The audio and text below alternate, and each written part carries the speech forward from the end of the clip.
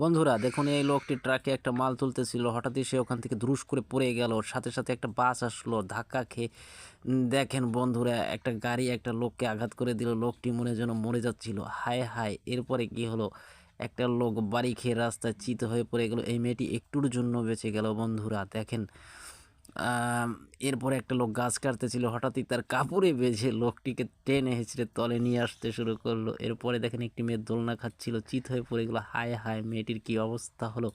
এরপরে দেখেন একটি লোক কাজ করছিল, হঠাৎ একটা মোটরসাইকেল এসে লোকটিকে ধাক্কা দেয় এবং এরপরে একটি খেলোয়াড়রা সেটা বল থেকে সে লোকটি এসে দ্রুস করে ঢুকে গেল।